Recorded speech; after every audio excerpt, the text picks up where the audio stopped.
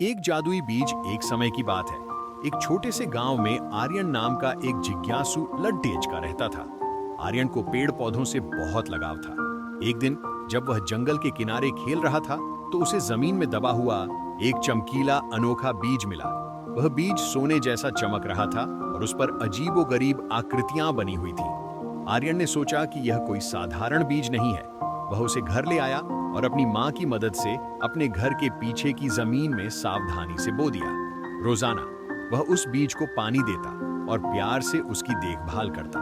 कुछ ही दिनों में बीज अंकुरित हुआ और उसमें से एक अनोखा पौधा निकला।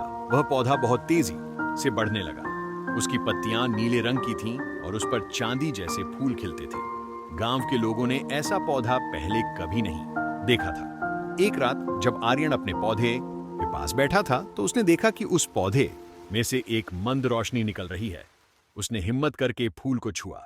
जैसे ही उसने छुआ, एक जादुई आवाज गूंजी, धन्यवाद छोटे दोस्त, तुमने मुझे जीवन दिया। आर्यन डर गया, लेकिन आवाज बहुत प्यारी थी। फूल ने कहा, मैं खुशियों का बीज हूं। जो भी मेरी देखभाल करता है, मैं उसे एक जादुई उपहार देता हूं। उपहार में फूल ने आर्यन को एक छोटा सा चमकदार पत्थर दिया और कहा, इस पत्थर को अपने पास रखना। जब भी तुम किसी को सच्ची खुशी दोगे, यह पत्थर और तेज चमकेगा और तुम्हारी जिंदगी में भी ढेर सारी खुशियां लाएगा। उस दिन के बाद आर्यन ने वह पत्थर हमेशा अपने पास रखा और छोटी छोटी चीजों से दूसरों की मदद करके उन्हें खुश करने की कोशिश की। उसने अपने दोस्त को टूटी हुई पतंग जोड़ने में मदद की, दादी माँ के लिए पानी भरा और जानवरों को खाना खिलाया। हर बार जब कोई खुश होता तो पत्थर और तेजी से चमकता। आर्यन ने समझा कि सबसे बड़ी खुशी दूसरों को खुश करने में है और यही जादुई बीज का असली उपहार था।